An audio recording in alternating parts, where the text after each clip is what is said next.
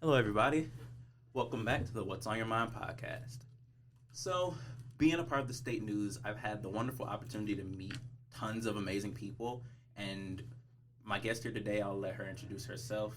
She's so awesome. And I wanted to make sure I had an interview with her. So, I'll let her introduce herself and we'll go from there. Yeah, hi. That was a really nice introduction, Anthony. Thank you. No problem. My name is Willow Symonds. This is my first semester on the State News. I'm working as a reporter on the campus desk. This is also actually my first semester at MSU. I transferred here from Washtenaw Community College, and so far I've really liked both MSU and the State News. So, yeah, I'm very happy to be here. That's so dope. Just real quick to ask you, how's it been really at Michigan State, but how's it been at Michigan State and the State News, and how has it been here this semester? For the State News specifically, compared to even though my old school had a very good student newspaper, things work here very differently than at a community college. There's obviously way more people. The Washtenaw Voice only had 10 paid positions, and then here there's dozens and dozens of people working on the State News. And also, another thing, I guess, is obviously we cover so of course that means we cover a much wider variety of things, but also individual reporters have to do that too. And I won't lie, that was a little intimidating at first. I was used to at the Washtenaw Voice being able to work on 5 stories at the time, but it wasn't a big deal because they rarely really had actual deadlines. A lot of the stuff we did was more feature stories instead of a lot of hard news stories like the State News does. But here it's been interesting having to get used to those deadlines, especially because Morgan was nice enough to ask if I wanted to be the breaking news reporter.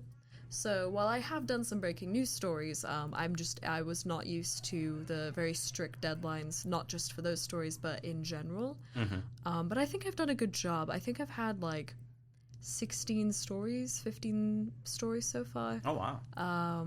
Yeah, I think I've done a decent job. I have a very good desk editor as well, so she's been very helpful.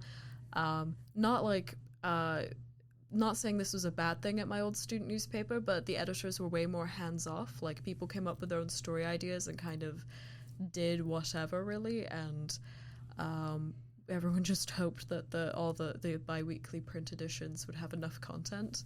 But for MSU, yeah, I mean, it's been strange not living with my parents anymore, of course, because I can imagine that's a huge adjustment. Yeah, I mean, that's true for any incoming freshman, but for me, I guess maybe it would be a bit different just because I had those extra 2 years where I was, living with them while driving to and from WCC. I've seen them especially my mom, I've seen a decent amount since moving. She comes up every couple of weekends to hang out for 4 or 5 hours. They only live an hour and a half away. And I've been back once, that was for Labor Day weekend, and I'm going back this fall weekend, fall break, I guess it's called, this weekend. So I'll miss out on the U of M versus MSU game, but oh well. I can go to other games. Sounds like it'll be really dramatic, though, so there's that. Yeah. So, with listening to you talk, I didn't even realize that you're a freshman here, because you told me... Oh, I'm actually not a freshman. Okay. So, yeah, I'm a transfer student. What's kind of strange is at WCC, I spent 2 years there, so it was 5 semesters total, including that, summer semester I took classes. But I'm at the amount, because I didn't always take 4 classes each semester. The amount of credits I have was more equal to being a freshman, so even with the 2 years of college, I transferred here as a sophomore. So I'm the age of most juniors here, but I'm going to graduate in 2026 instead of 2025, which is fine because I feel 2 years at MSU would feel really short and would go by really fast, while 4 years would feel a bit too long after already being in college. I think 3 years is probably the perfect amount. That's not what I was planning for, but I think that will end up being best for me, so I can't really complain. Yeah, I can imagine. That's what your age threw me off, because I'm okay, 20 junior and then freshman, and then it makes sense with how the credits line up that you'd be coming in as a sophomore, and then I agree with what you mentioned, 3 years, a good middle to kind of get your bachelor's. I'm assuming you got associates at WCC, or just credits? Just credits, actually. I got a bunch of classes out of the way, especially electives. I don't need to take any electives, so all the classes I take are either related to my major, journalism, my minor, creative writing, or like more general ed classes. I also got my math classes all out of the way, thankfully, but yeah, I needed three. I took three math classes at WCC, Jesus and then Christ. one over the summer for MSU. Yeah, that was an interesting online class, I guess. Interesting meaning a lot of things. But either way, I do still have to take like 3 science classes, though, and I'm not a huge science person, but I'm hoping I can take ones that somewhat interest me, like the insect science class and lab, because I actually do find insects quite interesting, so, yeah. Yeah, I'm also not a huge fan of science or math either, so having to take 3 math classes just made me cringe on the inside. Yeah, but a lot of...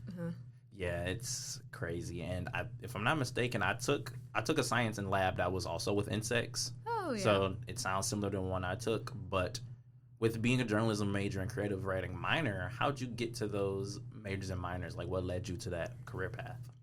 For journalism, I didn't go into WCC with that major. In fact, a big part of the reason I went to WCC was because I didn't know what I was going to study in. So not only did I do badly in high school, where I wouldn't really have gone into anywhere I would have wanted to go to anyway, I wouldn't have known what to study, so it just seemed like, what's the point in going to a 4-year school? I'm not ready for that. I'll go to Washtenaw Community College instead.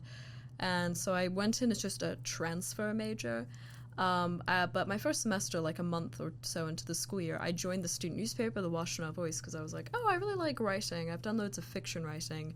Never really done nonfiction. I pay a lot of attention to the news, so this seems like it would be fun. And then I realized, while I still had things to learn, I was actually quite good for someone who had just joined, and I really enjoyed doing it.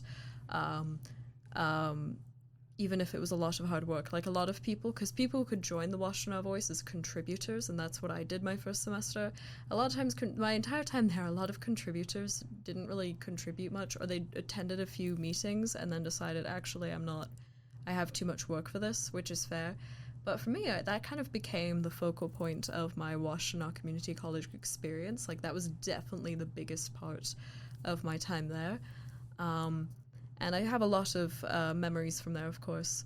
But yeah, so for starting that second semester, I was a journalism major.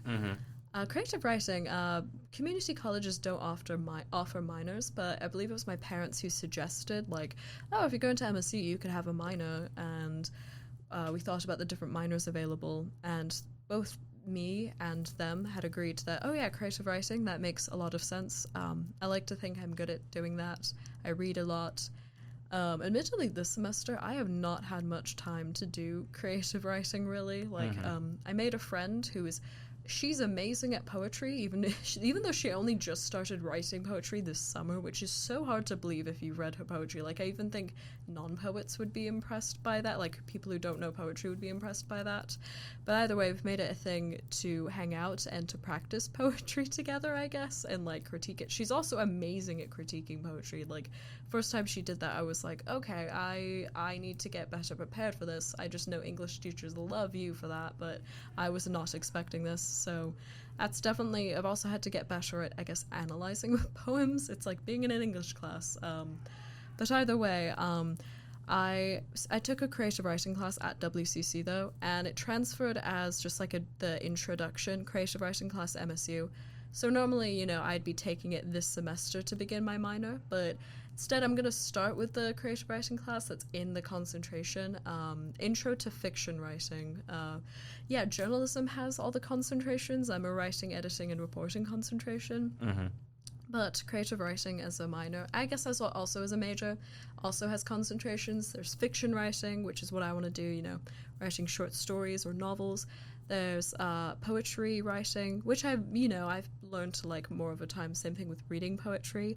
And there's also creative nonfiction, so writing essays. And then there's also screenwriting, like writing screenplays for movies. And then playwriting, which I've been told is not very popular. And there's like one playwriting class like a year, but I still want to take that playwriting class. I want to take all the intro, if I can, I want to take all the intro classes for all those 5 concentrations. If I have to choose one to not take, I guess it'd be creative nonfiction, since so many English classes you write essays already. So it's like, I probably don't need that one. But screenwriting class, poetry writing class, playwriting class, that would be super fun. I'd love to take those. So yeah, I've met a couple of other creative writing minors, a few of those, and a couple of them actually have been journalism majors as well. Seems like a lot of people join journalism because they discover they should join this major because they really like writing, for better or for worse. Because No, I was raising my hand that I also joined journalism as somebody who loves writing. Ah, okay. I did think you were waving through the window of this recording studio. That's fine, I just wasn't sure. But yeah, that makes sense. And that's not a bad thing because, yeah, you can get some great writers in reporting for that. But I also feel like I've met a few people who are journalism majors, not on the state news. I don't think someone who did this would join, an actual, like, student newspaper. I don't think they'd have to drive to do that. But I've met quite a few who are like, oh, I like writing, I guess, but I don't think being a novelist or anything, or writing essays or short stories will get me a job. So what's the closest thing I can do to that? Oh, I guess journalism, even though I don't pay attention to the news or care about the news or like doing anything that requires reporting or interviewing or researching. And it's like, okay, I don't know if this is quite the major for you. Like, you can still be an English major, and maybe you'd have to be an English teacher alongside, writing stuff. But you could also just have, I guess, any other type of job and then be a writer on the side. That's what a lot of writers do. Like, very few people are like Stephen King or J.K. Rowling, where they can write for a living and be very wealthy from that. Mm-hmm. So, yeah, I find that interesting because, like I was saying, I've always been someone who enjoys writing a lot, but also pays a lot of attention to the news. Like, ASMSU has this program where they are subscribed to the Detroit Free Press, USA Today, and Lansing State Journal. So every day, because those are like daily papers, except for the weekend, they'll have those out in stands in like the residential halls and other buildings. I always take those papers, and I obviously don't read every article, but I read at least a few from every paper. Like I was just saying to people at the State News, like, it's a shame we don't do as many more print editions as we used to, because I way prefer print over online stuff. Not only do I prefer the experience, but I just have a way easier time concentrating. Yeah, like as someone with ADHD, people have said that's a bit backwards. Like usually it's the opposite for people with ADHD, but I guess maybe like phones and laptops are just too overstimulating, where it's just there's so much you can do. Whereas if you have like a print book or a print newspaper, it's very easy to pay attention to those, unless if you don't like what you're reading. But yeah, I read a lot of books as well. Admittedly, like I read like 30, 40 something books this summer. Wow. But this semester I've only read like a few just because I've been so busy with schoolwork and the state news and other stuff. So yeah, I've read like a few books, a couple books I brought, a couple of library books from the MSU library, but like right now I'm finishing a book I've been reading for the past like 2-3 weeks, which is really long for me. And I also just started like a book for class. Actually, The World of Media. I was not expecting to like read novels in this intro level journalism class, but we are. I am enjoying the class. And that's actually where I've met quite a few of the people who are like, I'm a journalism major, but I hate the news and I don't like anything to do with this. I knew people like that at WCC too. I do think the class is interesting. The 4 classes, journalism-wise, that I took at WCC, they all, like, transferred to higher-level courses here at MSU. So I have those out of the way, which is nice, so I won't have to do, I guess, a lot of work for those. But it does mean I have to take the intro-level classes again. And actually, at first I was like, wow, this is going to be, like, an easy A. But the World of Media class is actually a little different from what I'm used to anyway, so it feels less like, wow, I came in here as an expert, and more like, okay, this is like an actual class I am learning some stuff from. You actually interviewed my professor in a past episode, Dr. Christina Myers. You have her as a professor? Yes, she's great. I still need to. I've listened to one of the What's on Your Mind podcast episodes. That was one with another state news student, Deepika. But I really want to listen to the one with Christina Myers. I want to listen to a bunch of them. But yeah, she's a really good teacher. she's very passionate and knows a lot and makes the classes interesting. I feel like might be kind of a strange compliment, but the classes are like so well organized and so well structured. Like I have a different professor for a non-journalism class where everything is so disorganized that it's actually like infuriating. It makes everything way harder, both for her and for us. But here, we don't have that problem at all. I also have a friend who transferred from WCC and was on the Washington Voice. We both transferred together. She's also in that class. So that's been fun. And I actually made another friend in that class, so it's not just me sitting by myself either, which is nice. But yeah, it is interesting being around loads of freshmen in all of my almost all of my classes, so that's interesting. But you know, I've been told I look kind of young for my age. Didn't used to be, but I am now. So I guess people probably just also assume I'm a freshman. Either way, but there's some people from the state news in those classes as well. So I mean, it's nice to see familiar faces in like classes of like 170 plus people. Like my smallest class for this semester is 40 people. So it's weird compared to WCC. They had like 200 people. No, 200, whoa. 20 people per class at most. And my high school, it was usually like 25 to 30 people. Like I've heard some high schools, like some people's high schools, they had like 40 plus people in their classrooms. I'm like, what? I only had that for like choir or gym classes or something, not like actual, main subjects. That's kind of wild. So it was wild to come here, and I was like, wow, 40 plus student class, that's big. And then in that class, one girl was saying like, wow, this is such a tiny class. It's only like 40 people. And I'm like, wow. I guess we have very different standards for what a small class or a big class is. Yeah. But MSU is a huge school, top 10 university and all. And I mean, got the most amount of students we've ever had. I literally had a story finally. I'd been working on it for like 3 weeks and 4 weeks. It was my fault it took that long. It didn't need to take that long. But I had a story come out on the state news website about like why on earth are these class sizes at MSU constantly growing, especially when a lot of other schools are having trouble with enrollment. Like the Central Michigan University has like the lowest enrollment rates they've ever had in like not ever, since the Nixon administration was what the MLive article was saying. But yeah, biggest incoming class, biggest class total. So it's like, wow, there's like 51,000 students on this campus. Like, of course, we can't always have small classes for stuff, and just there's so many people. But I guess a good thing about that is you never run out of people to meet, because I keep comparing stuff to WCC, but there was like 25,000 students. But a lot of them only took online classes, so you would see the same like couple hundred people on campus. It felt like every day you were there. And I was there one semester. I was there 4 days a week, and I still felt like I was seeing the same people again and again, which isn't a bad thing. It's just quite different from MSU. Understandable. Yeah. Are you a senior or a junior here, actually? I'm a junior. Junior, okay.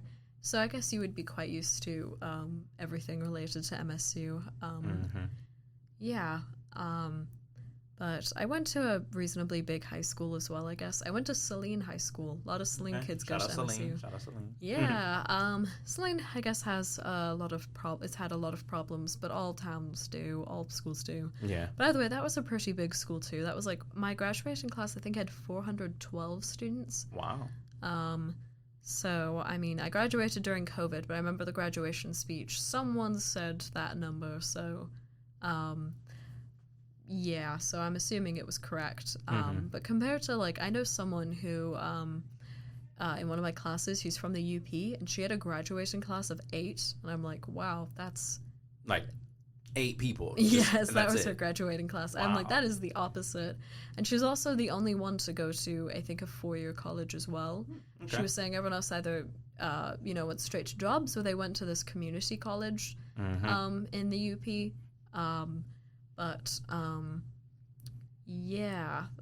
That was interesting to me. You gave... Sorry, you were still... I was just saying, yeah, very opposite vibe, like going to school where not only are there so many people graduating, but so many people go to four-year schools. But yeah, what were you going to say? I was just about to say you gave me so much content to like add to my questions list that I had you. And one of the things, I'm saying that's an incredible thing. Okay. You mentioned that you read a lot, you were in choir. I just want to ask, I don't know where to even start. Do you have a favorite book or any like top 3, top 5 favorite books that you can name, or like genres, authors, anything at all? That's so difficult. My favorite, I read basically all genres. I go out of my way to like read a book in this one genre with this one type of target audience, and then the next book I read is something like completely different. Like I was reading, for example, right before the school year started, and then when the school year started, I was rereading the Hunger Games trilogy for the new prequel movie coming out. I love the Hunger Games, by the way. Hunger Games is a great movie. Great series. I've read a bit of one of the books, so it's phenomenal. Yeah, you should continue reading, because I think the books are better. I do like the movies as far as movie adaptations go, especially for like movie adaptations of a popular young adult series. They usually aren't very good, but I think the Hunger Games movies are pretty good, even if the first one could have been more accurate, and I don't think Mockingjay needed to be split into 2 movies.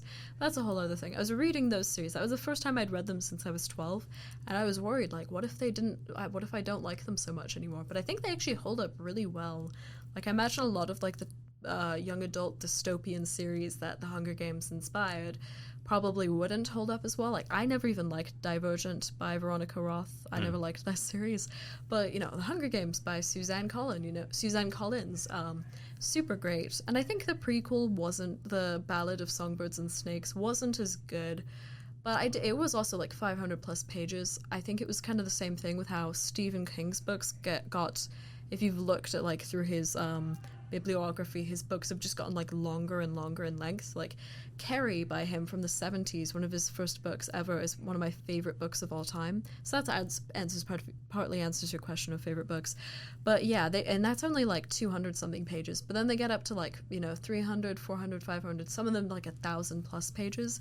And a lot of people, I've only read a few books by him, and a lot of people say that his long books didn't need to be anywhere near as long as they needed to be. So I have a feeling, just because he's so famous and such a household name that everyone, even non-readers, recognize, that editors don't feel the need to edit his books because they're just like, oh, these are obviously going to sell well anyway. So I feel like that's probably what happened with the Ballad of Songbirds and Snakes, where the Hunger Games Catching Fire, the Hunger Games Mockingjay all got a good amount of editing, because I think those books are really well paced as well. But the Battle of Songbirds and Snakes, the pacing was really strange. I think that was probably one of my least favorite things about the book. Like, I thought the actual story was reasonably interesting, and I think the writing is pretty good. I liked that it was quite different from the Hunger Games, and I thought the characters were pretty interesting. I thought some of the things were really clever and well thought out. Other stuff was okay. Now I'm going on about that. But the point was about different genres was right after that book, I read this book called Lapvona by Otessa Moshfegh. I've read quite a few weird books. That's definitely one of the weirdest. Otessa Moshfegh is quite popular on Book Talk, which is like the book side of TikTok. She's known for writing weird books, and this, people have said, is one of her weirdest. It's like this it's historical literature. It's magical realism as well, because it's set in like 1500s in a fake town in medieval Europe, I suppose, the fake town being Lapvona. And in all of her books, in all of Otessa Moshfegh's books, they just have the strangest characters possible. And the fact, considering it's set in a society completely alien, like different from our own, makes these characters, like, I don't want to say unrelatable. A lot of them, yes. Like, you could tell they resembled human beings, but it was still just like, this is so bizarre. Like, it's like the Hunger Games is set in the future, and yet the people still feel very much like people, no matter what side. Where in Lapvona, it was just such a strange experience. I did really like the book. Like is a strange term. It's just a weird book. It's like, it's a good book. Otessa Moshfegh is very talented, but I have a feeling she's a very strange person. I feel the same way about another book I liked that I read a bit over a year ago, summer of 2022, called, it's also popular on TikTok, A Little Life by Hanya Yanagihara. I think it's a good book. I felt so many emotions while reading the book. And I think Hanya Yanagihara is very talented, but I also just feel like she's a very strange person based on other stuff I read by her too. Like, I'm blanking on the name of this essayist who has won Pulitzer Prizes for her work. I want to say her name is Amy Chong, but I could be completely off. But she wrote both an article about Otessa Moshfegh. People call her the priestess of filth, but she's actually praying for our cleansing of our sins. Crazy title. And then also one about why Hanya Yanagihara always tortures her characters so much, and why they typically are men and not women as well, which was interesting. But yeah, I read loads of books. Right now, I just finished from the library Night Crawling by Lita Motley, which I guess was contemporary. I don't want to say coming of age. It had this interesting mystery aspect that wasn't actually the main plot, but it would fueled the main plot. It was more stuff that was happening started this halfway, the law enforcement investigation halfway through, and then it was carrying it to the climax, and that was an interesting book. I thought it was fine. I probably would have liked it more if I'd been able to read it in not 2 or 3 weeks and read it in a few days like normal. Mm-hmm. And I just started The Bluest Eye by Toni Morrison for the World of Media because Dr. Christina Meyer said we could read any book that she if we told her what it was and she approves it. But she also gave us this list of the most banned books in America, and one of the top books was The Bluest Eye. I actually read Beloved by the same author back in February, and that was a wild book. It was just one of those books where I felt like I had to reread pages at a time because I was like, what is Toni Morrison talking about in these paragraphs? What is happening? These characters also feel quite alien, and their experiences feel very different from anything I've ever experienced.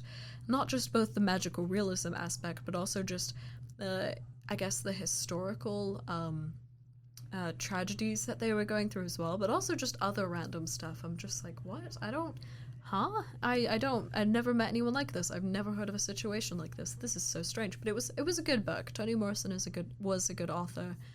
Yeah, I have so many. It's bad how many books I have on my to be read list. On Goodreads, I think I have over 1,000 books on my to be read list. It's wow.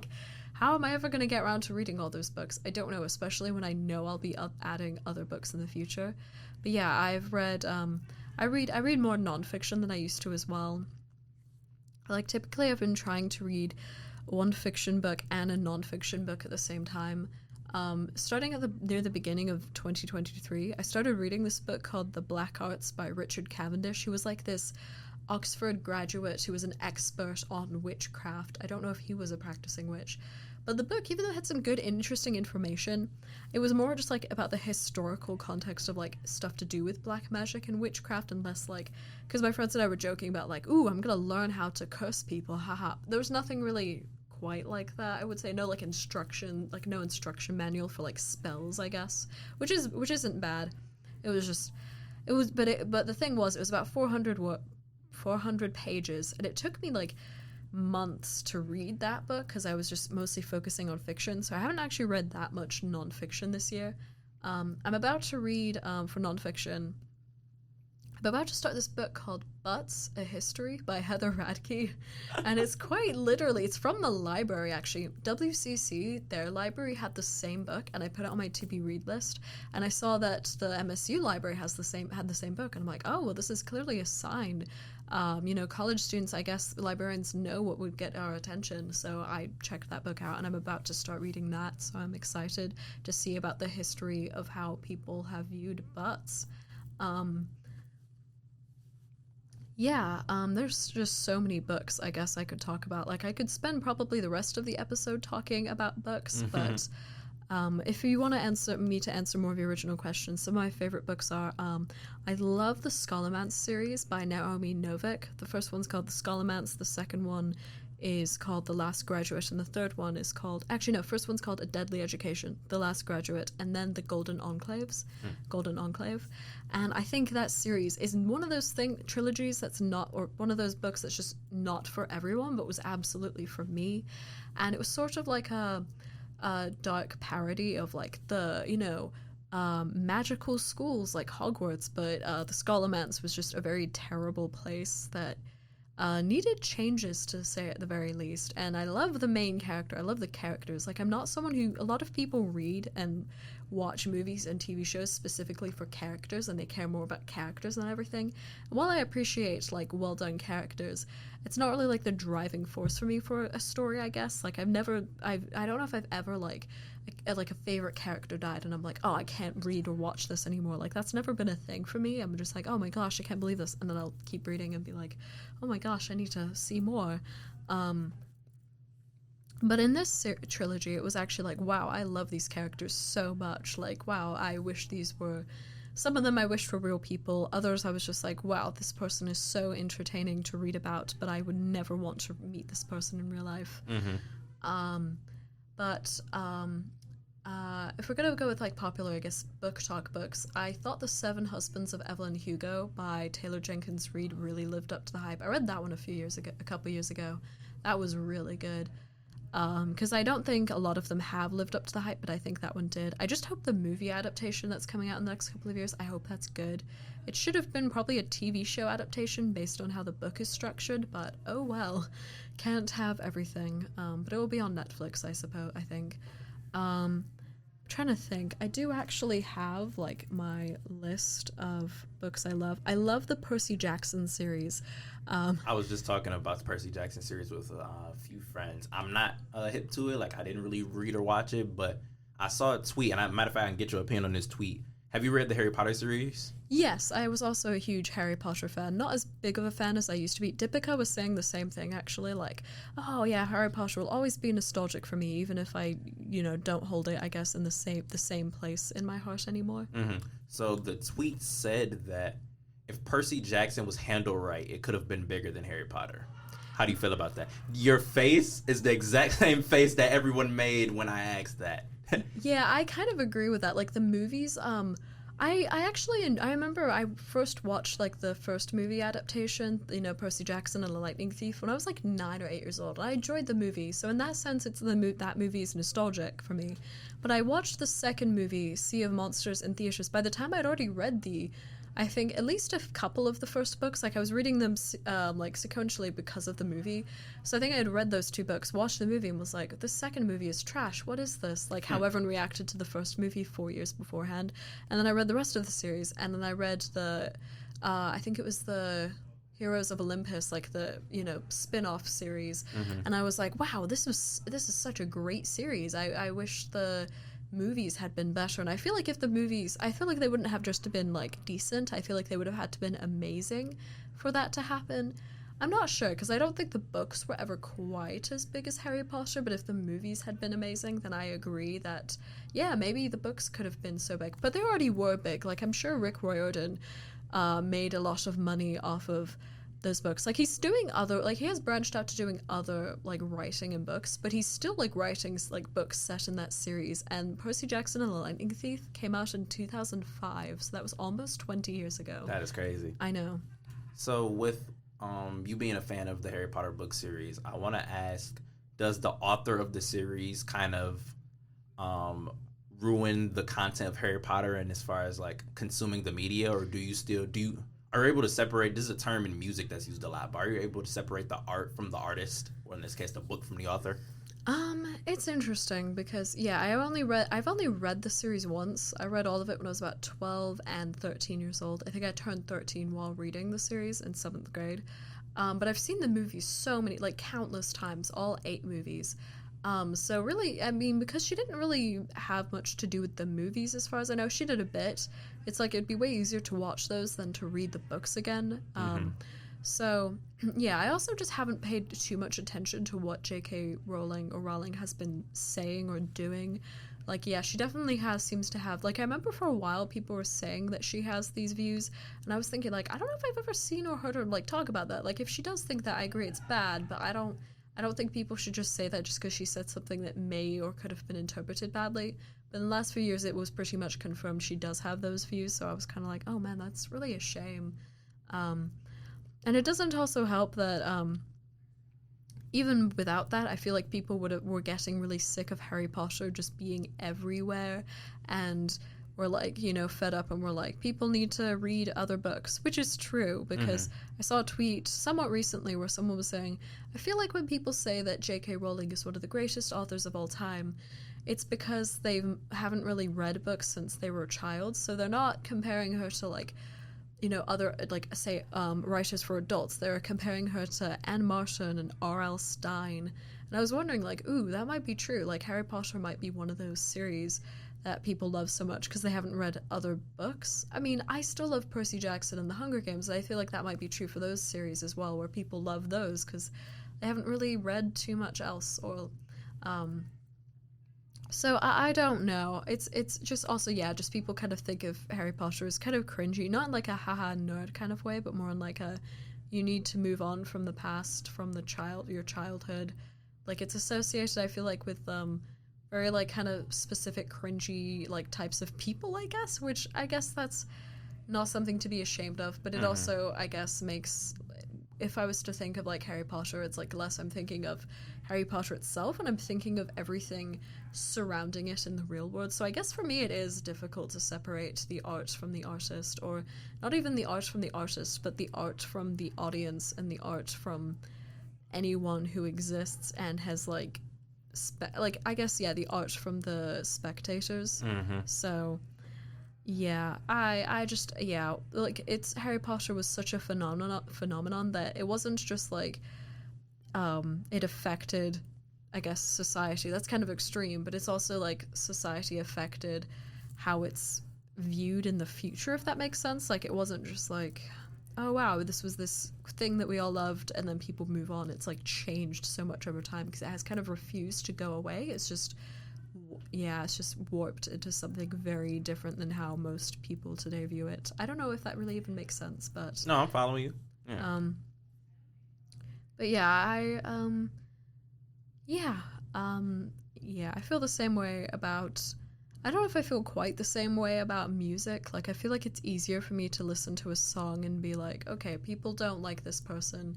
However, I typically don't listen to people if, like, their music, if I actually really dislike them. It's more like, if I happen to hear the song, I can be like, okay, I enjoy the song, but I probably also won't actively seek out their music either. Like, I'm not playing them on Spotify or somewhere else.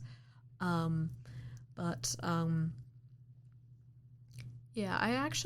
think in general I have a hard time separating something good from something bad.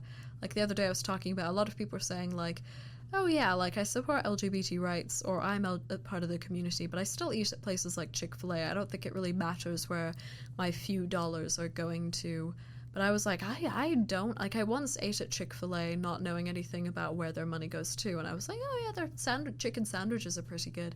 But now I don't eat there at all because I'm just like, I just don't agree with where they put their money, and I have way other better options. And I'm sure there's loads of other, fast food places that do other bad stuff. We were talking about apparently Jimmy John's. Jimmy John's also has done some strange stuff, like being a trophy hunter. Not everyone would agree that's bad, but What does that mean? Someone who hunts animals for fun. Okay. So I don't know if that's I don't personally think that's quite as bad as, say, Chick-fil-A donating to homophobic organizations. I'm a huge animal person, so I don't like approve of that. Oh, really? I am. But I still am sort of like, okay, I don't know if Jimmy, like, I live really near a Jimmy John's. I just had Jimmy John's, so I guess it could be like, would I ever be able to go to a Jimmy John's and feel the same way? I don't know. I'll probably find out. I haven't cancelled that from my potential places to eat at yet. I just will have to see and be like, can I enjoy a sandwich without thinking of that? I know I've never actually been to Wendy's. Or, no, I have been to Wendy's. My bad. I'm thinking of a different place. But I found out something to do with the people that run Wendy's also have done questionable things with money they've earned, so sort of like, can I eat those spicy chicken nuggets and still feel good about it? We'll have to see. I haven't been there in a while.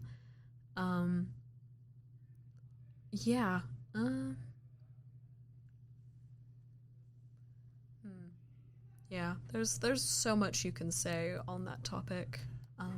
With you mentioning music and choir, did you used to be a part of choir growing up?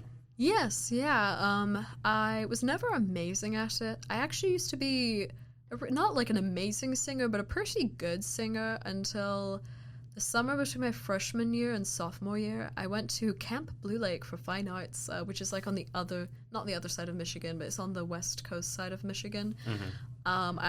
First year I went there, actually a couple years before, I majored in choir.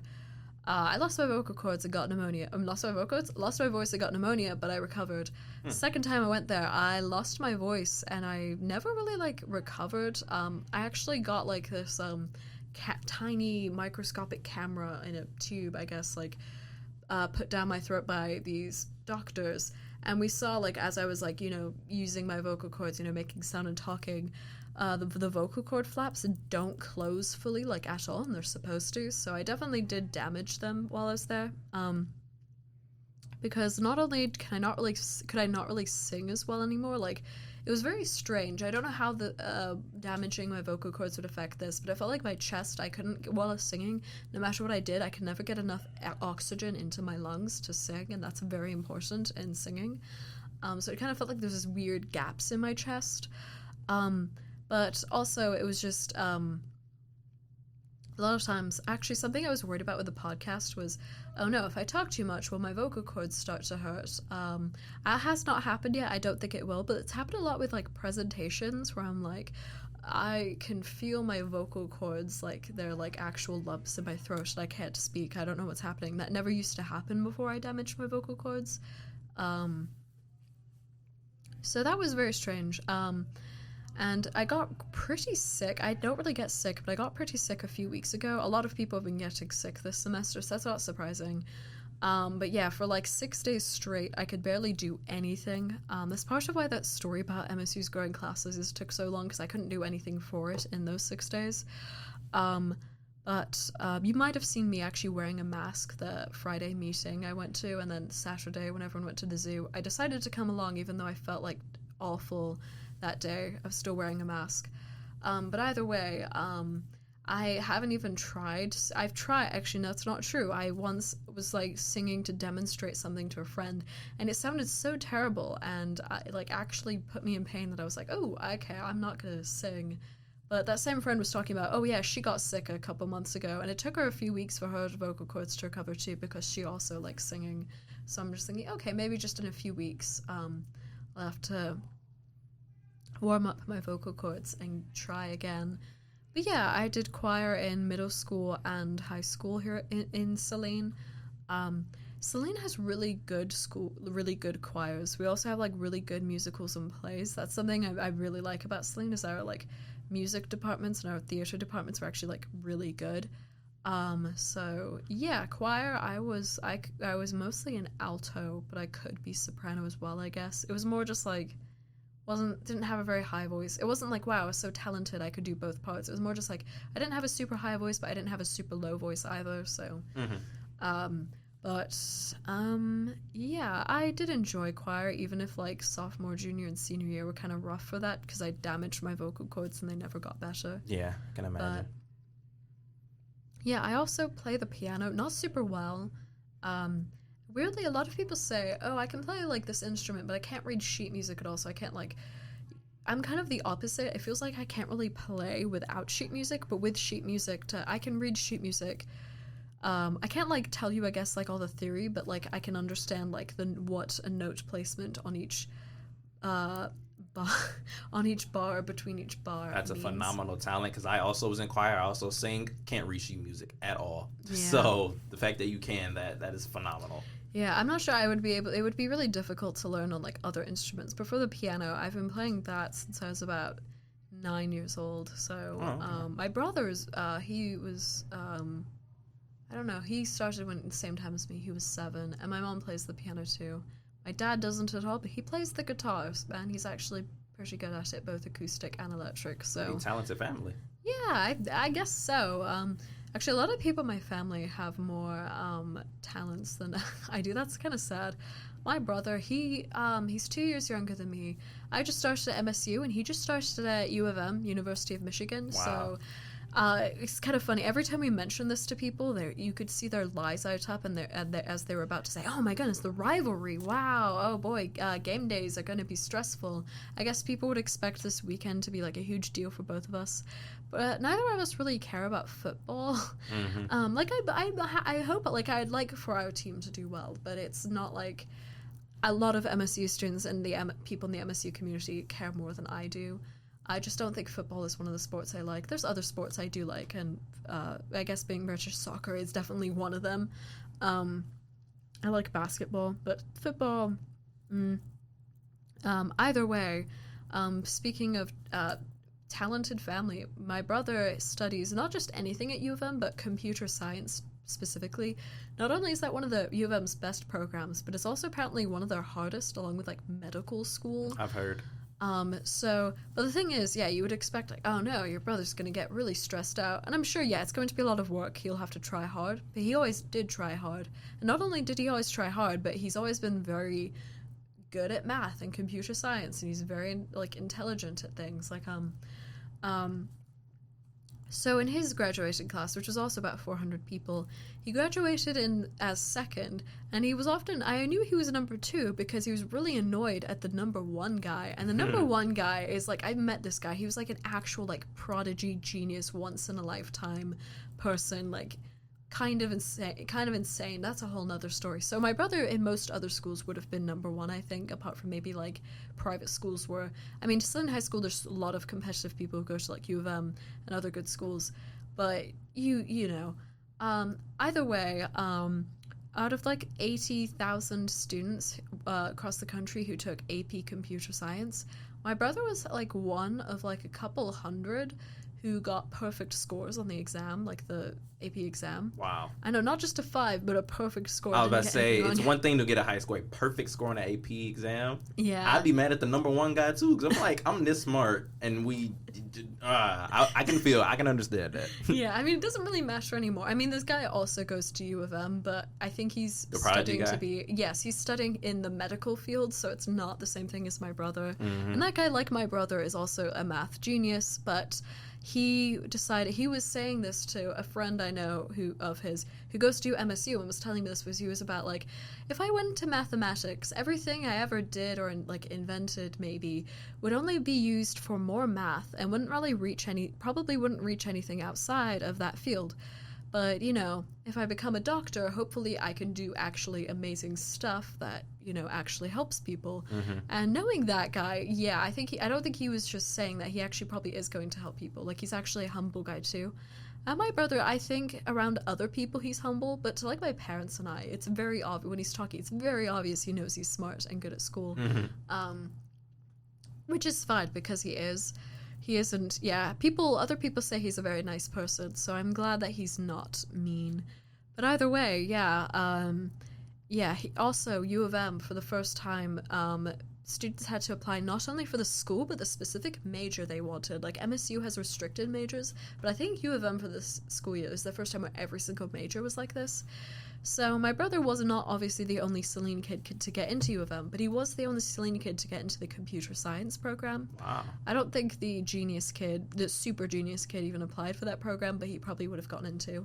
Either way, I was surprised, not that my brother got in, but that no one else did, because he had some friends who were also good at computer science and wanted to be in that U of M program. So I'm like, whoa, they didn't get in that program. What are they going to do now? Like, do they just go to a different school? Do they just have a different major at U of M, even if it's not what they wanted? Like, that's very strange. I'm glad journalism isn't a restricted major at MSU. Mm-hmm. I feel like also not many people choose to be journalism majors anywhere, so even though MSU has a good program. So I feel like they probably do need all the journalism majors they can get. Mm-hmm.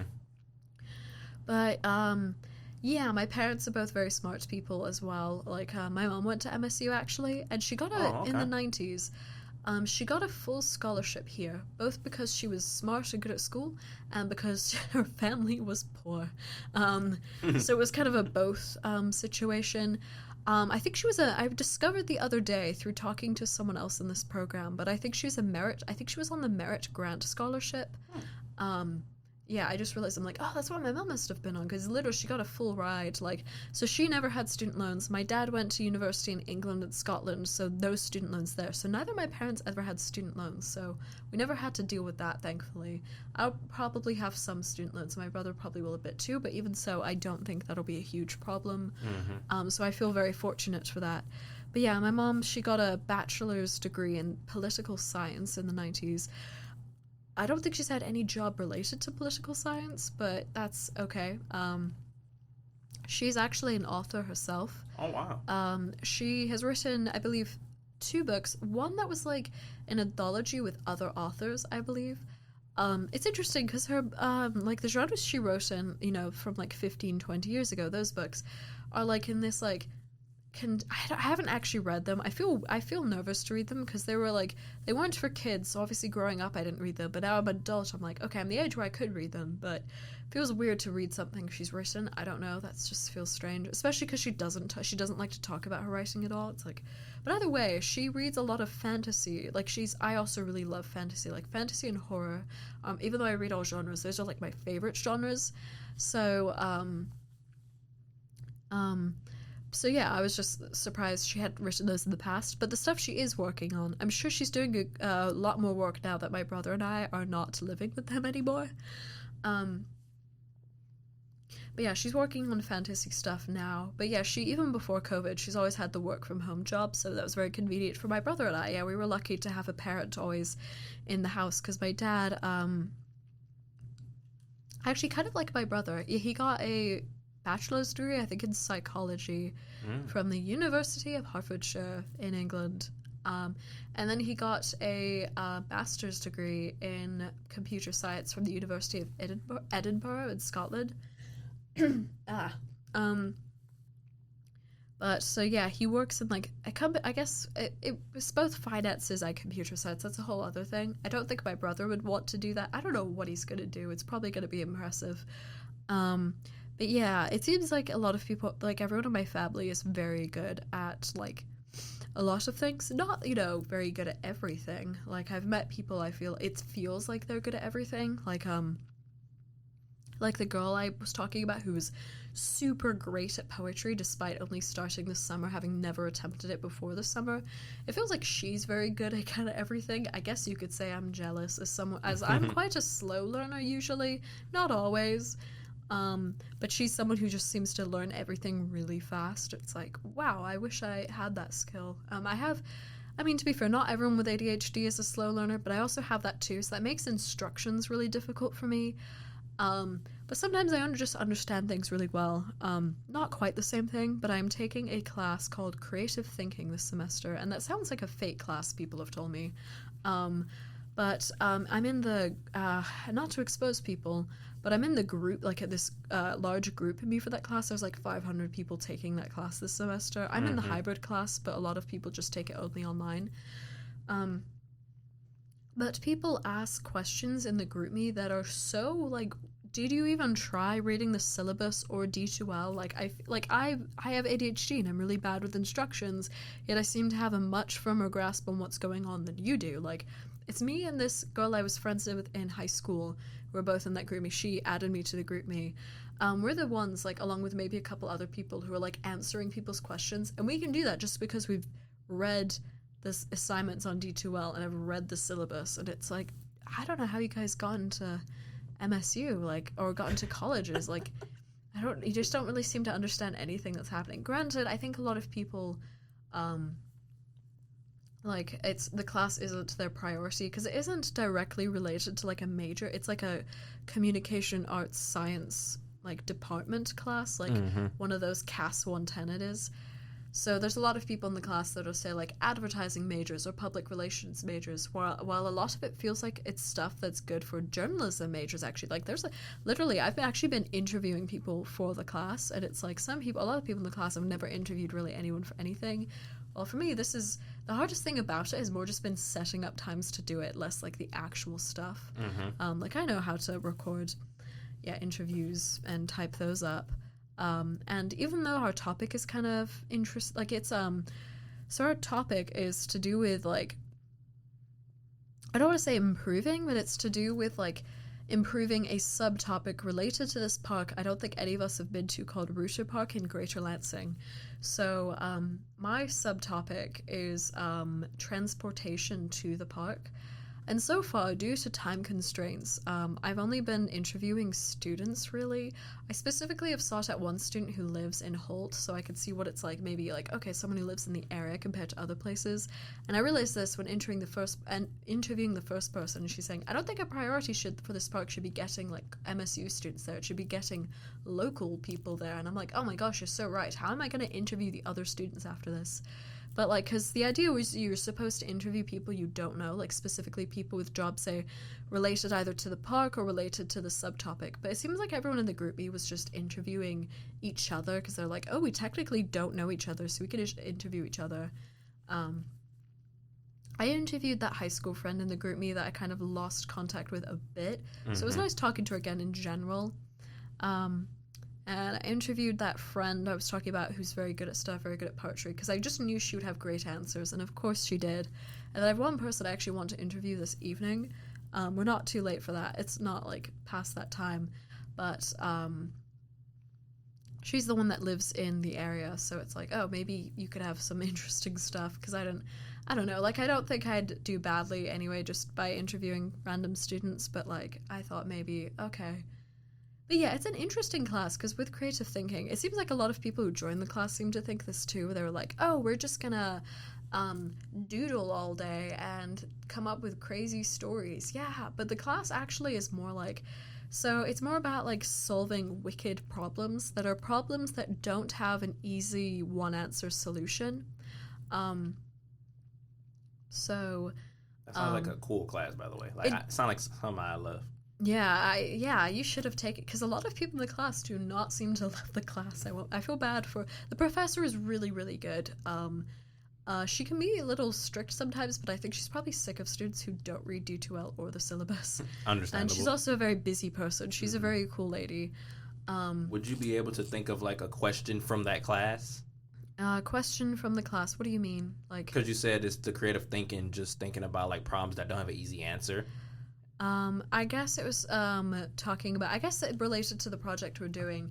If you were to say, how could we improve people's experience at Rooter Park? How could we, or for me, how could we make transportation to Rooter Park more accessible for MSU students and anyone living in East Lansing or Greater Lansing? That doesn't really have a one solution answer, but there's a lot of stuff. Just any problem, like a lot of like big, big issues in this world, like you could say, how do we solve world hunger? I'm sure people could think of like, I guess, easy solutions, but it's more stuff where it's like, okay, it might not actually go to plan. Like, it might seem easy. That doesn't mean you could realistically do this without other problems cropping up while trying to attempt, following through with this solution. So I know there were other examples she gave, but I guess you could say, like, yeah, how do we solve homelessness? How do we make the foster care system better? Like, as someone who maybe wants to foster kids one day, or maybe even adopt a child one day, like, that's something I've thought a bit about. It's like, how would you like, there's so many problems wrong with the foster care system, but it's like, how would you improve a lot of those things? Like, some small things I'm sure do have easy answers that just it would take, like, maybe time and money, and maybe there's just not a lot of people who care about fixing them, unfortunately. But just for overall problems, it's like, I don't know not only how would you solve those problems, but what other problems would come from those problems being solved. Actually, a lot to do with like stuff to do with at MSU. Like, I feel like there's a lot of stuff where I'm thinking, like, oh man, there's this problem, but this is something. How do we solve it? And it's like, how do we solve it? Like,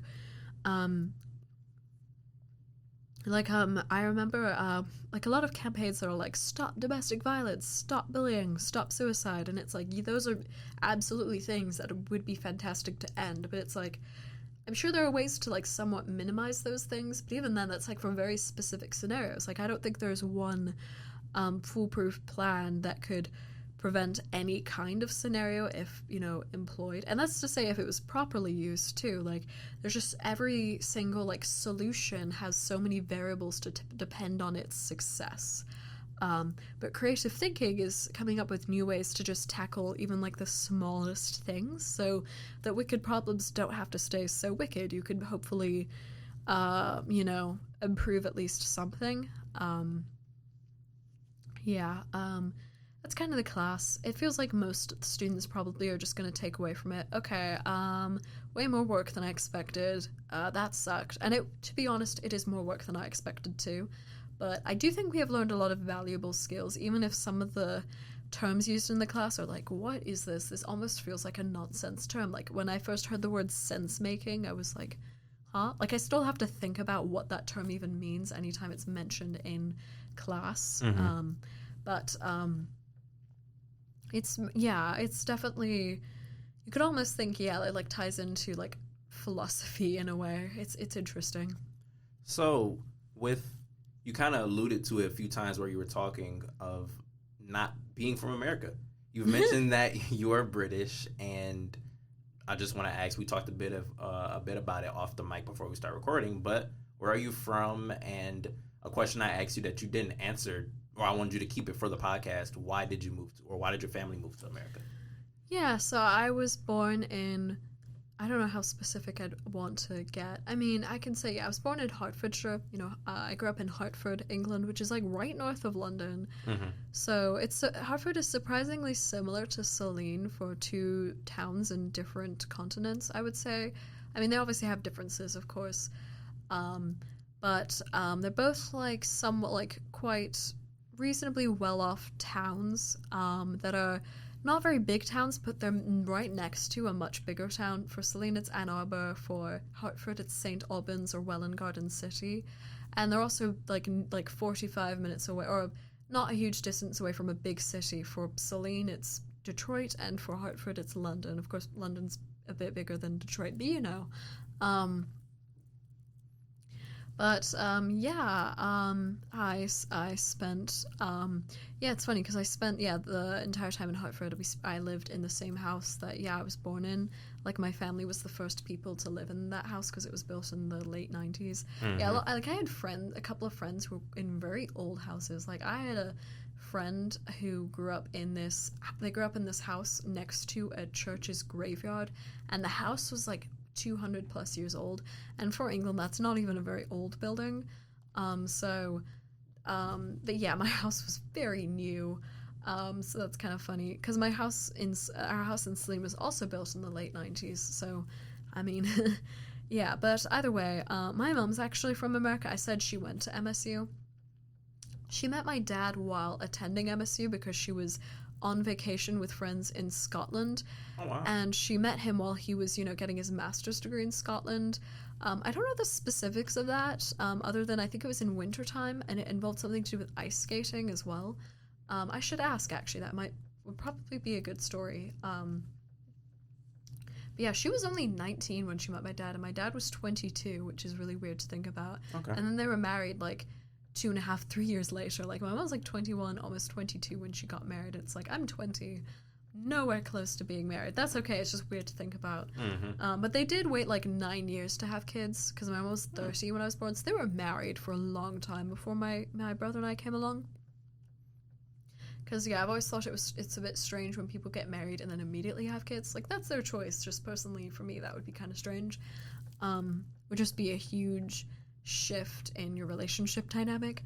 But either way, she lived in the UK for 2 decades or so, and not quite 2 decades actually, about, but she wanted to move back to the US, both to be closer to family, and also she thought we'd have my brother and I mean, my brother would do well anywhere, I think, but she thought I specifically would have a better chance at education in America, just because in England it's really intense in the sense of, like, okay, however well you do when you're young dictates everything about the rest of your life. Where in the US, I don't think it's not as big of a problem. You get so many, like, second chances and ways to improve and, like, ways to find out, like, what you're actually good at and focus on that. And You get to, I guess, switch professions way more easily or go back to school way more easily compared to England. And my mom was already noticing that I wasn't doing well in school. I remember it was weirdly just because I was like, oh, it doesn't really matter. I'm not going to try because it's funny when you get things wrong. I don't know why the heck I did that. I did that for so many things, like pretending I didn't know stuff because I thought it was funny. And I was just like, okay, everyone just thought I was an idiot. Who thought this was, why did I do that for so long? It was so strange. Like, it was around the time I moved to the US, actually, that I stopped doing that. So I guess, I mean, still, yeah. But either way, yeah, she had a lot of reasons for wanting us to move.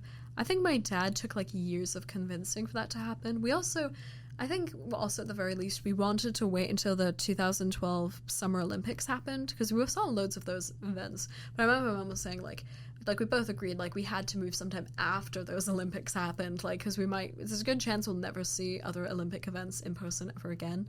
It's kind of wild, yeah, because I was 9 years old when that happened. As a kid I was just kind of thinking like, oh yeah, the Olympics, everyone gets to see those in person once, this is so cool. Like, it didn't occur to me how big of a deal it was, and like, but now it's like, yeah, okay, that was a huge deal. Like, wow, I saw so many different interesting sports events.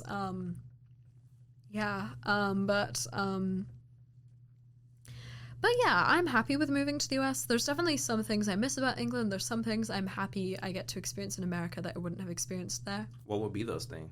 Things I miss? I've experienced this a lot at MSU and East Lansing, but I miss being able to walk everywhere. Like, especially because I think we were young kids who mostly, like, stayed at home, went to school, went to the playground, which were all close, and then the only times we used our car were to visit my, like, grandparents who lived, like, only, like, half an hour away, and that felt like such a long drive for someone who barely gets in a car. And while living in England, we actually didn't, like, since we moved to the US, we've traveled so much. We've been to so many states. We've been to so many, like, quite a few, like, even a couple of countries in Europe we hadn't been to beforehand. Like, none of us had been to Ireland until summer of 2018. We also visited England. We've been to England 3 times since being here. Yeah, we went to Ireland for the first time, which is funny because my dad's grandpa was from Ireland, and even his mom, like, the daughter of the dad from Ireland, she's never been to Ireland. She's hoping to go. She's 81, so yeah, I hope she does get to go. That would be really great. But also, yeah, this summer we went to Italy for the first time. We went back to England for just a few days to visit family. We didn't even get to go to London this time, which was disappointing, but oh well. But yeah, it's strange to be like, wow, yeah, we lived really near these countries, but a lot of them we didn't go to. Like, we'd been to Wales once, Scotland once, Germany once, France a few times because of the channel. Like, there were times we just went to Disneyland Paris for like a few days, but we didn't go anywhere else. That was mostly when we were small kids. We also went to the Netherlands once. So I guess that's still like actually not like a tiny amount, but actually blanking, actually did we go to anyway, either way, about 10 or 11 countries. But yeah, I think I've had a somewhat interesting life. I think it also helps I have a good memory, so I can, like, it's really bizarre, because for some things for some specific things, I just have a really bad memory. I think that kind of relates to ADHD. But for, like, things to do with, like, my life and when things have happened as well, or, like, for people I've met as well, like, I'm really good with names and faces. Yeah, I think having a good memory really helps for, like, knowing stuff about yourself or knowing stuff about the world. And yeah, so yes. With the places you visited, what was your favorite? I forgot to mention Spain. That was the country. That's my favorite. I always say Menorca, Spain is my favorite place. That's awesome. I was 9 years old. I did a lot of stuff when I was 9 years old at 2012 Olympics as well. But yes, we went there for like a week. That was so fun. I have such great memories of Menorca. And a similar place, I guess, obviously my parents had been to Italy once before my brother and I were born, and this was our first time going. But I loved Rome. I loved Pompeii. There was so much interesting. I wish we could have gotten to go to more places in Italy, but that was still like a full trip. Like, my family does so much when we're on holiday, when we're on vacation. Like, every day is jam-packed. Yeah, we did so much. I think my favorite thing in Rome specifically, oh man, that would be difficult because obviously there's the Colosseum, there's Vatican City. I really liked also seeing the catacombs and the crypts. The crypts were quite creepy. My brother and my dad hated those because it's literally almost like artwork, like entire rooms of artwork made out of skeletons, bones. Jesus. I know, yeah, like a monk kind of went, I mean, to be fair, they were just saying, oh, this monk just, he felt inspired to do this artwork. But it seemed more like this monk was alone for years and lost his mind and unmarried these other monks from a graveyard he wasn't supposed to touch and just, I mean, it was gorgeous artwork. It was just my brother and my dad were like, what is this? This is the work of a madman. We need to leave this place immediately.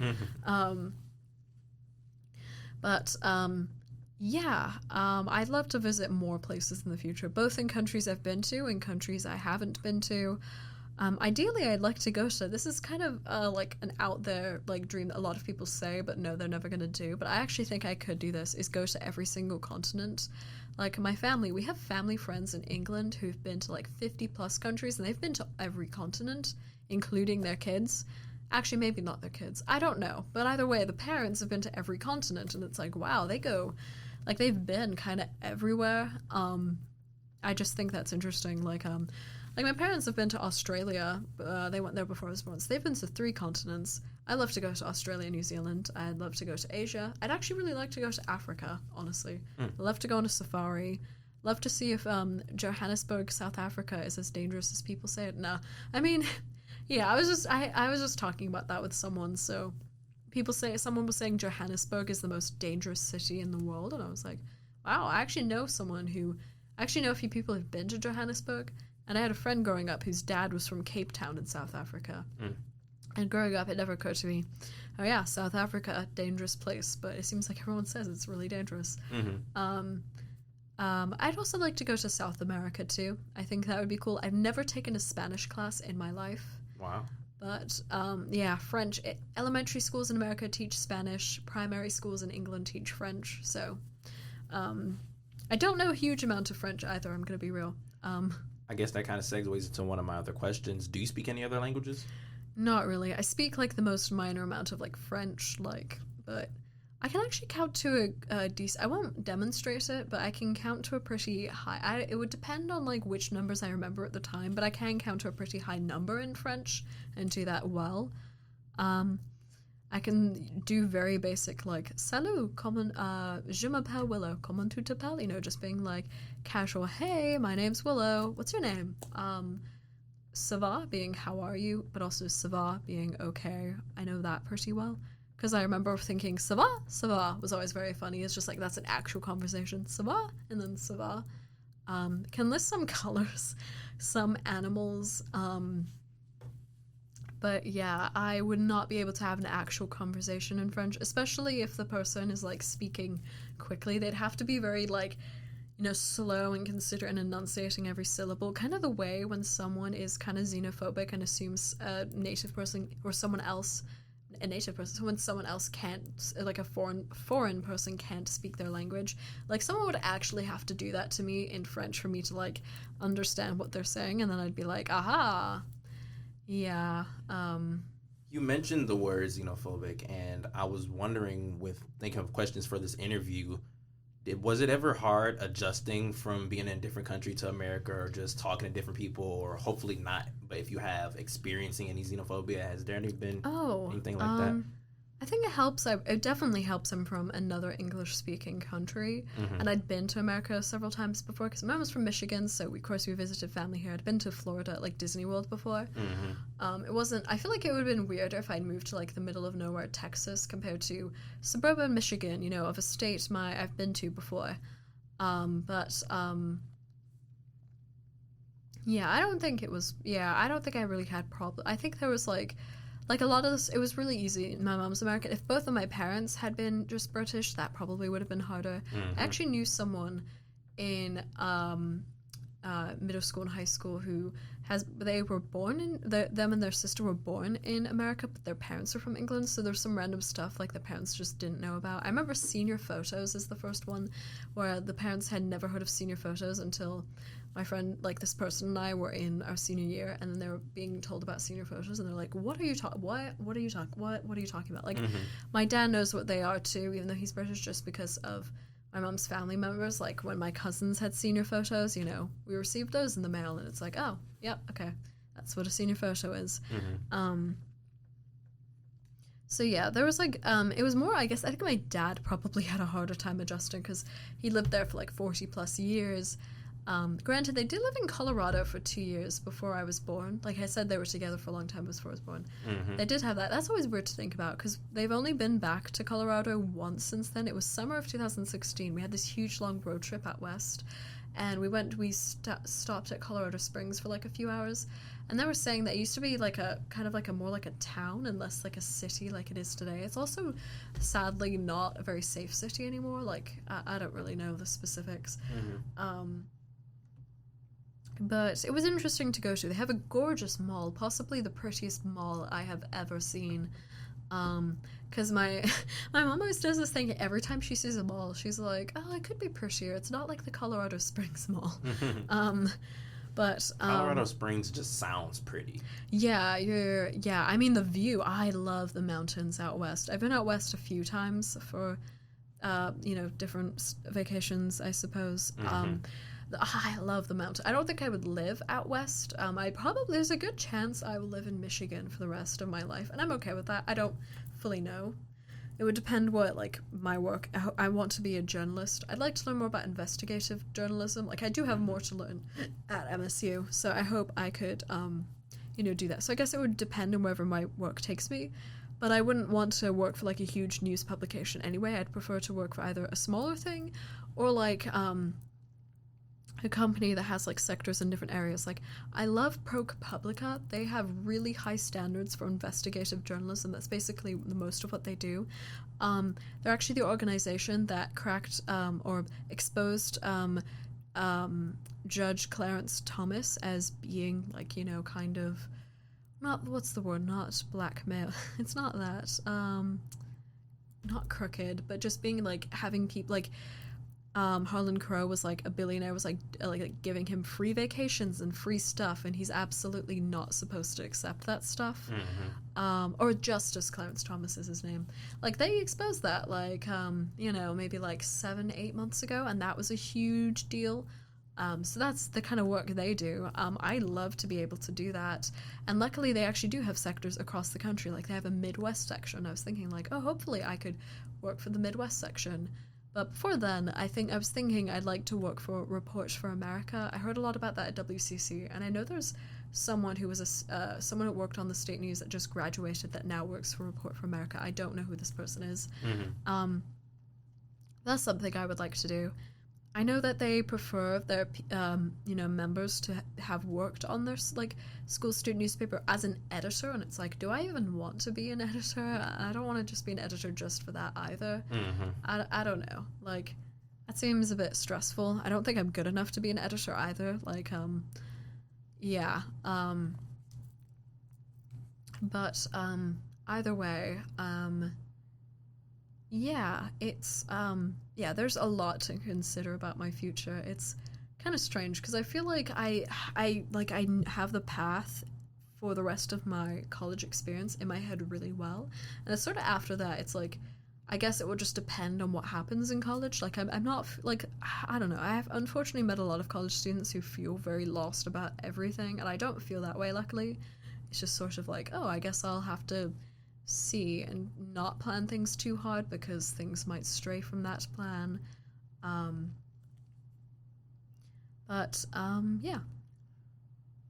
Quick funny thing with one of my questions. So it's always been cool to me how people from other countries can do an American accent, and it kind of pops out when you're talking like a bit of American accent. So I'll just go ask, can you do an American accent? Yeah, I think I don't really want to try. I mean, yeah, because I've been told, like, I think someone was saying to me, like, your accent's, like, 85% American and 15% British. Like, that's what someone was saying to me once. I think Elle was saying something where it's more like in the diction of my voice that you can tell, less like how I actually pronounce. I don't know, less like how I actually pronounce things, which makes sense. Um, yeah, yeah, but yeah, I've lived here, for over 8 years, so makes sense. Yeah. Yeah, yeah. I don't know if I could. Yeah. I think I could do an American accent. We're trying. I think it would be harder for me to do like a 100% British accent for me now, actually, because I'm not used to hearing those so much. Other than like my dad, I suppose, but even then, apparently he doesn't sound 100% British according to family members in England. So yeah. You mentioned your family a lot, and earlier in the interview, you mentioned like when choosing your minor, they were a big part of like giving you options. Yes. So I just wanted to ask, what is your relationship with your family as terms as like closeness and just their support for you while you're in college? Yeah, they definitely are very supportive about being me being in college, Rafe being at U of M. My brother's name is Rafe, by the way. That's probably a name you've never heard of before. Hey, Rafe. Yes. I've never met a Rafe, but I've heard it. Okay, yeah. The actor for Voldemort actually is named Rafe Fiennes, but he spells his name like Ralph, which is interesting. Either way, they're probably some of the most like supportive parents I've ever met. Like I haven't met many parents that are quite as much like dedicating their lives for their children, which sounds a bit intense and scary, and maybe some people would think that, but I am very grateful for it. Like 99% of the time, it's like, wow, I don't know what type of person I would be like or what my life would be like without this support. Maybe some things I would have been actually figured out how to do on my own earlier, but other stuff, it's like I know so many other people who've like struggled with specific things because their parents either didn't know how to do something or because their parents didn't care really to teach them, which is sad.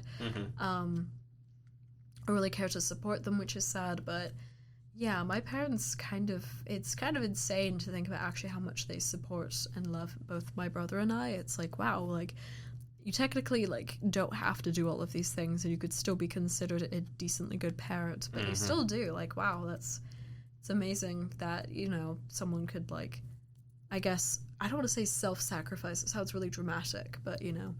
I mean, that's what parents have to do a lot of times when they have kids, because you're kind of attempting to set them up for their future. So it's definitely a lot. I can see why a lot of people find parenthood really intimidating. Because, wow, I mean, that's something I do not have to think about right now. So, whew. Yeah, definitely lucky that we're young enough and we're on a path to where parenthood is something we can think about later as far as right now. And with you talking about those things, just parenthood, kids, you mentioned that you wouldn't expect yourself to get married around this time compared to like your parents who they got married around our age. Are you in a relationship at all? No. Okay. With talking to you throughout this conversation, you mentioned that you try to be a bit informed on like news and stuff, especially being a journalism major. Yes. And if you're not comfortable talking, I'm so sorry. All good. I mean, listen, shout out Jada Shakira with my alarm going off during our earlier All Shades of Chocolate recordings. I'll turn my phone off. Anyway, you can continue. Oh, you're all good. So if you wouldn't be comfortable talking about this, we can move on. But with the things that have been going on with Israel and Palestine, I would, one, ask, are you informed about it? But also, if you're comfortable giving a viewpoint from your perspective, not picking a side, but just talking about it from your perspective, doing research, if you have. So yeah, I know I haven't been like obsessively keeping up with the news, but I feel like there's a good chance I know maybe a little more than I don't want to say I know more than the average American student my age, but like I am aware of stuff that's happening. And yeah, I'm glad you didn't say picking a side, because my perspective from basically most of this has just been any kind of war like this, it feels like the innocents on both sides are the ones that are going to suffer, and not like, you know, the people actually who caused the conflict, really. The people on both sides. It was the same thing with Ukraine versus Russia war as well. Like, both, you know, innocent Ukrainians and innocent Russians. Like, there's so many Russians who didn't want the war in Ukraine, like millions of them who didn't want it, but of course, you know, there was a lot of people who in America who really hate all Russians, which I think is interesting. Russia, I guess I can understand. There's a lot of problems with Russia, but I don't think being xenophobic to all Russians is a good idea. Like, the Russian lady who lives like in your town and runs a Russian restaurant like is not attacking Ukraine personally. Same thing. Exactly. Like any Jewish person, probably isn't personally attacking Palestinians or the Gaza Strip. Same thing with not all many Palestinians completely disagree with Hamas as well. So I don't know. It's war. I am very anti-war. I do not like. You would war. hope everyone would be anti-war, but Yeah, I mean, I've met people in all political parties who are anti-war. Like, there's so many anti-war people, but then there's also there's very few people I think that are like, yes, war is great. War is so fun. Let's do this for glory. Like, I don't think too many people would openly admit to being like that. But there's definitely people who are just like, oh, war is just a necessity in life. You have to do it if you want your country to stay in power. Yeah, and to put this out there, whether what quote-unquote side you pick, I agree with your perspective of, like, innocent people dying is wrong, or at bad, not even to say wrong. Innocent people dying is very unfortunate, and just to put this out there for, like, political reasons or just not to offend anyone, we sympathize with the innocents that are dying, especially when it comes to, like, kids and everything, and to have you speak from, I don't want to speak for you, but I would just assume that we both want the war to stop however it can be, whether what side gets what. I'm not here to have an opinion or sway you one way or the other. I'm sure Willow isn't here to do that either. But just like we both agreed, we're anti-war. So if the killing can stop, then that'll be the best outcome. But I just hope things can get to a level head somehow. Yeah, I agree too. I hesitate to say, I hope things go back to the way they were before, because I know the Palestinians were having a lot of problems beforehand, some of which was caused by Israel. So to say, like, let's just go back to the way things before, it's like, well, things weren't, like, amazingly great before for everyone. Yeah. But I also, I wish there didn't have to be a war either. It's all very sad. Definitely.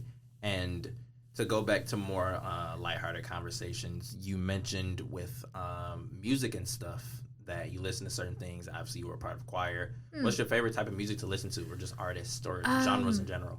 Yeah, I guess a lot of people say, like, oh, yeah, I kind of listen to any genre. I don't know if that's really true. I mostly listen to either, like, alternative pop, alternative indie, or just straight pop.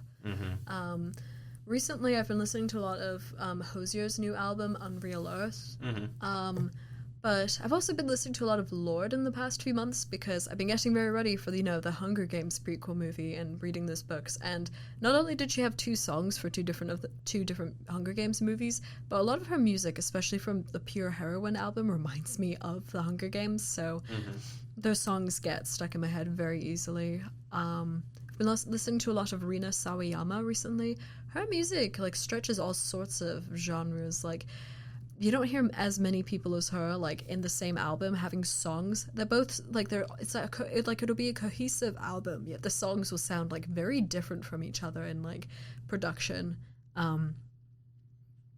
You have this light, airy kind of pop song that maybe doesn't have the most, upbeat lyrics, but it still sounds, like, quite soft.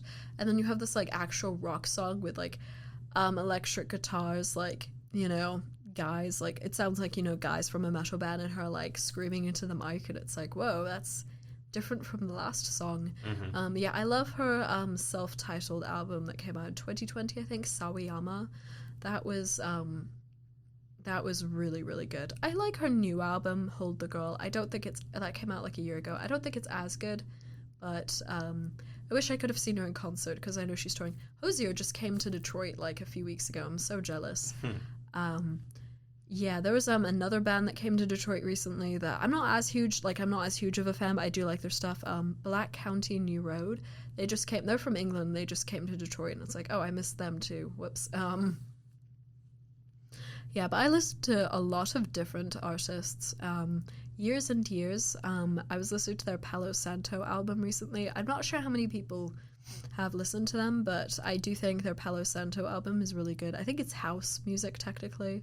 Oh, believe it or not, my Intro to Women Authors class, our first assignment of that class of the school year was to listen to Beyonce's Renaissance album. Wow. And I'd never listened to that album before. The only songs I'd heard were Break My Soul, which I think is my least favorite song in the album. I think it's fine. And then Cuff It. I think that's a great song. And Renaissance is a great album. I was like, wow, I did not expect it to love it as much as I did. I think Virgo's Groove and Alien Superstar were my two favorites. I also really like Pure/Honey. That grew on me a lot. And there was a lot of really good ones. Cuff It is also probably one of my favorites. That's a great song. Yeah, I don't think that song has a single bad... that album has a single bad song. The same class, like a few weeks later, we were assigned to listen to Taylor Swift's both Folklore and Evermore albums. I think Folklore is my favorite Taylor Swift album, and I like Evermore. I like Taylor Swift. I'm not like a huge Swiftie. Bizarrely, recently,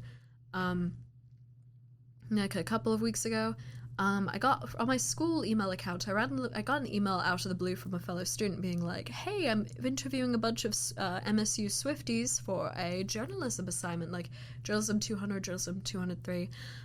So I was hoping you would be willing to be interviewed. Just think, let's just come up with a time for that."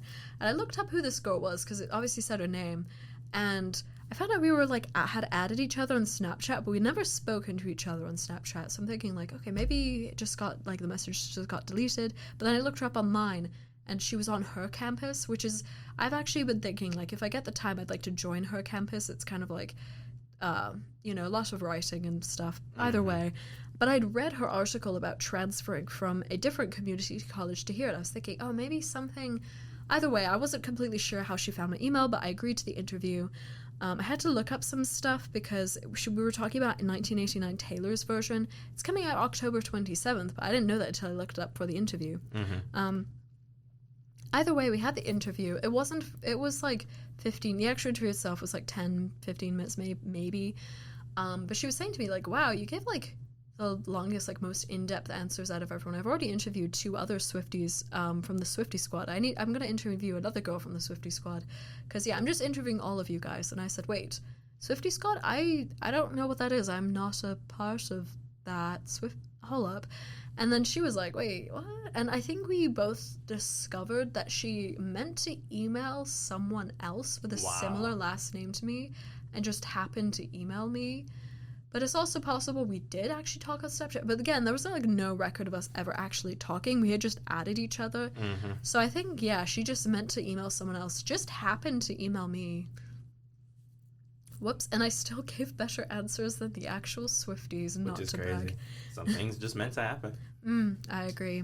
Do you have any other questions? Yes, I do. So one of the main things I wanted to ask you about was your style, just with clothing and everything, because you're really pretty, and I really love how you dress, and I would just want to ask, is there any process to showing your style and just showing who you are, or is it random? Ooh, yes, I do care about fashion. I'm learning to be more mindful. The past couple of years, I've been trying to be more mindful of the weather, if that makes sense. So, what I'm doing in the day and how that will impact what I'm wearing will impact that, or how what I'm doing will impact what I'm wearing. But either way, right now, I am wearing, I guess, a lot of patterns. The shirt I'm wearing is blue with daisies on it. My skirt is basically full length, almost to my shoes, and it's covered in mushrooms, and it's a lot of brown, green, red, and orange colors with some white and beige. And then my socks are also mushroom themed, kind of similar colors, actually. Oh, wow. And then I'm wearing shiny black shoes, and I got the shirt from Kohl's, the shoes from Macy's, only for $30 or $40, really cheap shoes for what they are. I've got these bracelets I got, they match color-wise. I always match colors, that's very important. I mean, this doesn't match a huge amount, but in theme it kind of matches with nature, the shirt and the skirt. But I have the red and blue bracelets that match a lot, and yes, I tend to match, there's a theme in my clothes, I feel whether it's almost usually color, but sometimes it's stuff the patterns, there's a theme, whether even if it's just nature, it is now, or it's the kind of fabric, there's something there, or what was I gonna say? I rarely spend a lot of money on clothes. Like I was saying, like $30 shoes that, like this shirt from Kohl's. Kohl's is like not very expensive. And then I did get this skirt from Clever Clover on the same street that we're on right now. This was on a mannequin actually. And I never look at mannequins and think, oh, I want to buy that. But this time I did do that. This was about $40, which for some people, maybe some people would think that was expensive. My friend who was with me, she thrifts everything and she thought that was expensive. But someone else told me that was a bargain getting this for $40. So this is all about perspective. Yeah, it really is about perspective.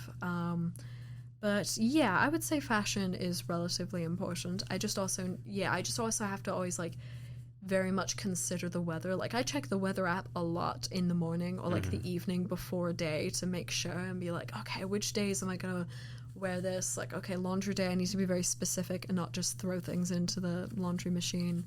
But yes, I would say like I'm not a fashion student or someone who knows a lot about like fashion itself. I've been learning more from like say TikTok, and also I had an interest in joining Vim magazine. I didn't end up like actually getting accepted, but I did do their casting call and I modeled for a photo shoot this Sunday from 2:30 p.m. to 9:20 p.m. Jesus Christ. Yeah, it was at a house near to where I lived, so I could just walk there. And it was really fun. The theme was, I'll just say it was called I Am Your Alien, and it was quite an out there photo shoot, but it was really fun. But yeah, clothes are just interesting to me because growing up I didn't really care at all. I just like maybe like graphic tees with things I liked, or but yeah. Yeah, and going back to you talking about your reading and stuff, and continue on with the theme of these questions about just the process. You mentioned that you were starting a book, that you were going to start a book soon, and I just wanted to ask, what's the process of you picking a book and choosing what to read next? Okay. I typically have like a list almost where it feels like I have like, okay, the next 8 books I'm going to read are going to be one of these. And sometimes it depends on, okay, I think I'm going to be carrying this book a lot in my bag, so maybe I want a smaller book. Like The Bluest Eye that I'm currently reading isn't a very big book, so I can just luckily carry that. But the library book, Nightcrawling, like it's also actually not that big. It's less than 300 pages, but it was a hardcover. It was really like tall, I guess. That's probably why it was 200 pages. So that one was kind of big to carry. I'm really glad I finished The Ballad of Snakes and Songbirds before classes started. Like I was here for about a week and a half before class, like on campus a week and a half before classes started.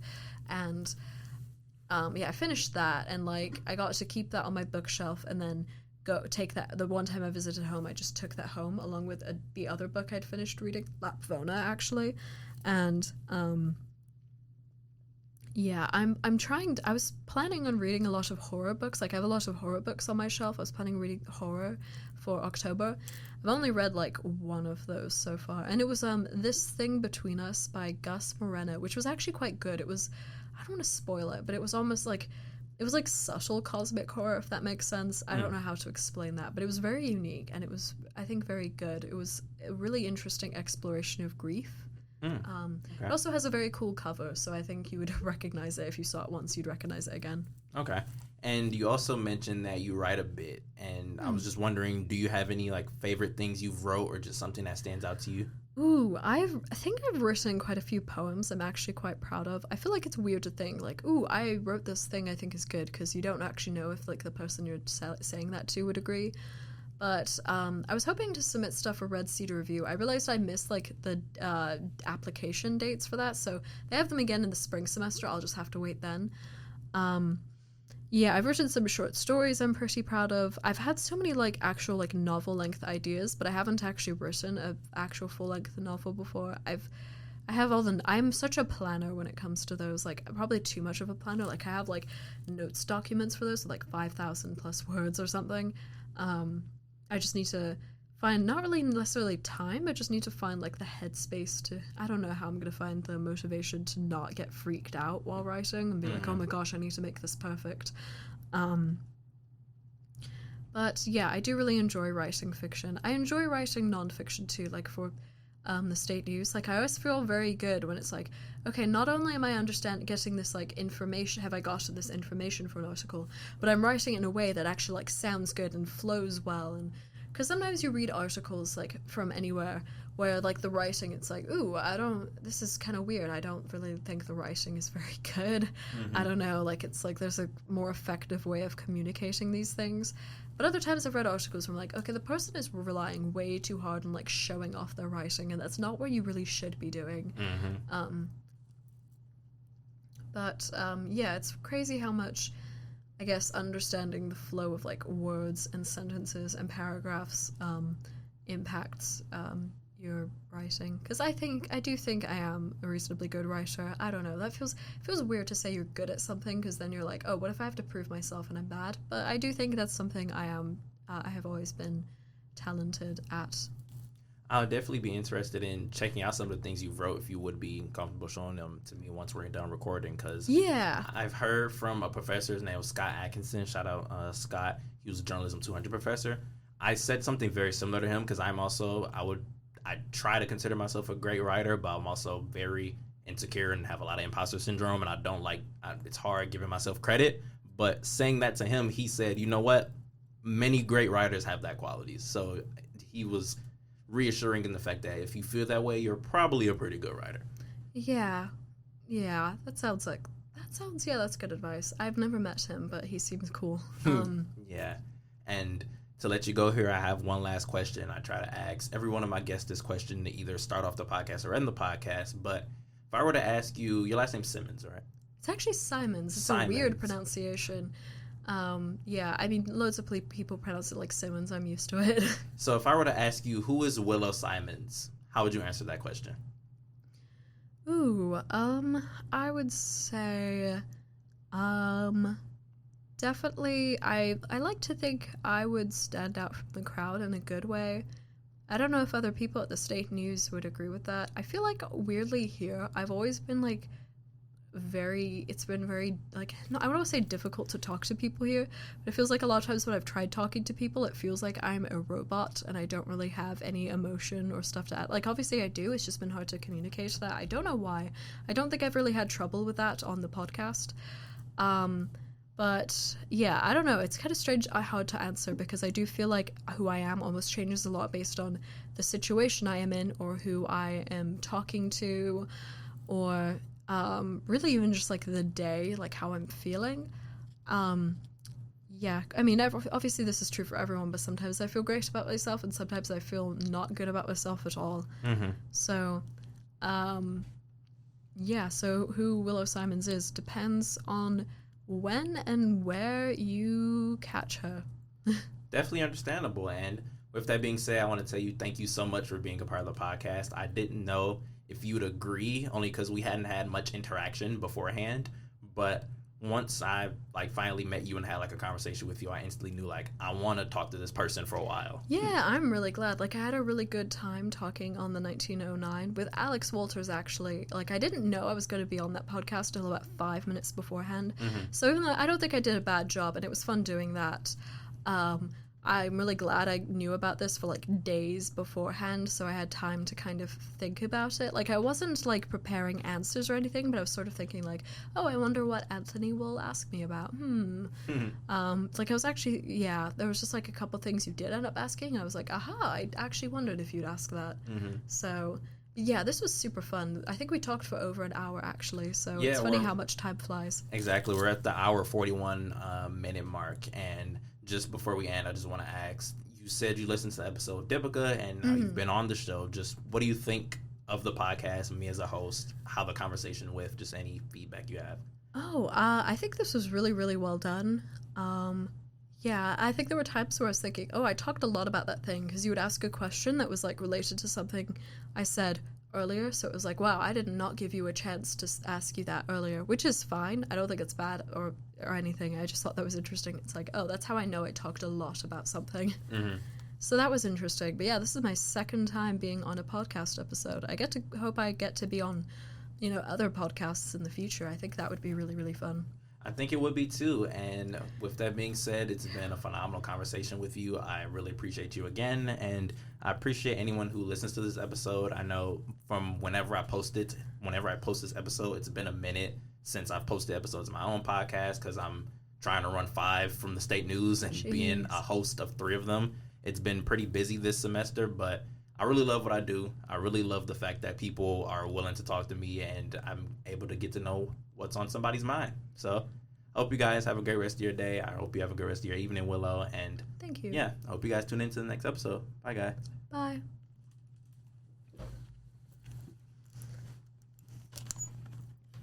Yeah, that went